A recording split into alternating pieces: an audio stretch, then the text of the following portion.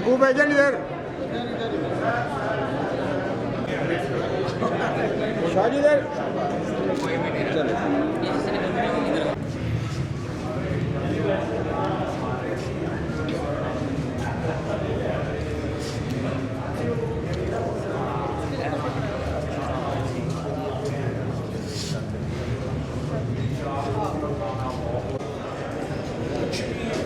जाकिर भाई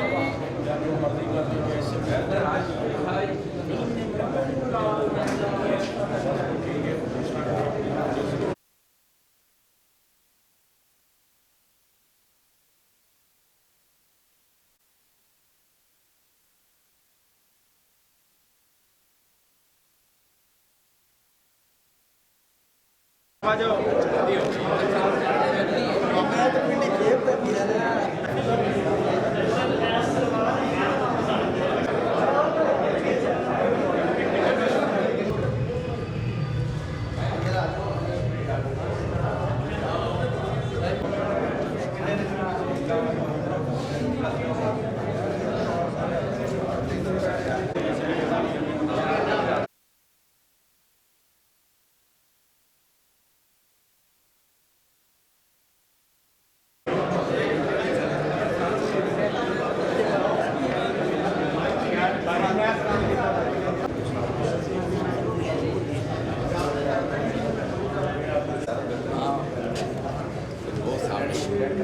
चेंज कर दिया बिल्कुल लोग आप लोगों ने। सॉरी सर खुद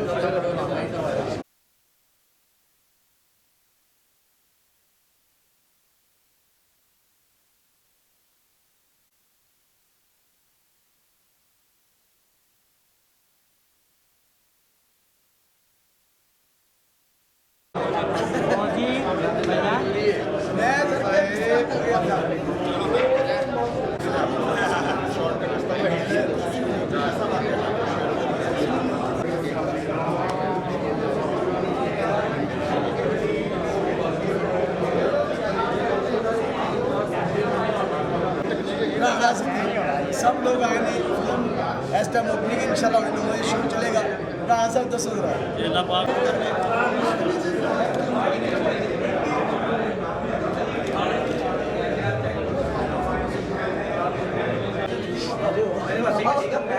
मैं मुझसे ना आप भैया ले